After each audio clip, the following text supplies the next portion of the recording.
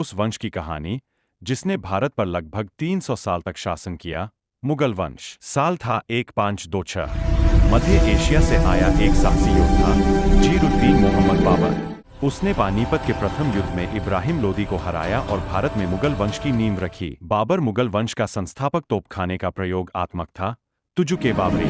बाबर के बाद आए उसके पुत्र हुमायूं, पर दुर्भाग्य से वह शेरशाह सूरी से हार गया और वर्षों तक निर्वासन में रहा। लेकिन हुमायूं ने हार नहीं मानी।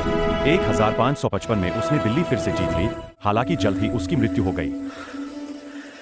हुमायूं के बाद गद्दी संभाली सिर्फ 13 साल के अकबर ने।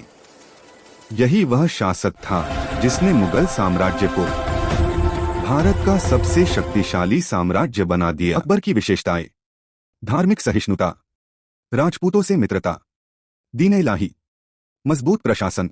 अकबर को इतिहास में अकबर द ग्रेट कहा जाता है।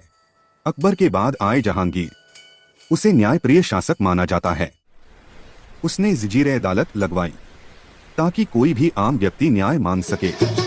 जहांगीर के पुत्र शाहजहां के शासनकाल को मुगल स्थापत्य का स्वर्ण युग कहा जाता है। उसकी प्रमुख रचनाएं: ताजमहल, लाल किला, जामा मस्जिद। ताजमहल आज भी उसके प्रेम की अमर निशानी है। शाहजहां के बाद आया उसका पुत्र औरंगजेब। उसके शासन में मुगल साम्राज्य सबसे बड़ा हुआ, लेकिन उसकी नीतियां कठोर थीं। परिणाम: विद्रोह बढ़े, आर्थिक दबाव, साम्राज्य कमजोर होने लगा। औरंगजेब के बाद मुगल शासक कमजोर होते गए। 1857 की क्रांति के बाद अंतिम मुगल सम्राट बहादुर शाह जफर को अंग्रेजों ने हटा दिया। मुगल वंश समाप्त हो गया, लेकिन उसकी विरासत आज भी जीवित। ऐसा ही एनिमेटेड वीडियो आपको समय समय पर मिलते रहेंगे, जो आपकी सीखने को आसान बना देगा।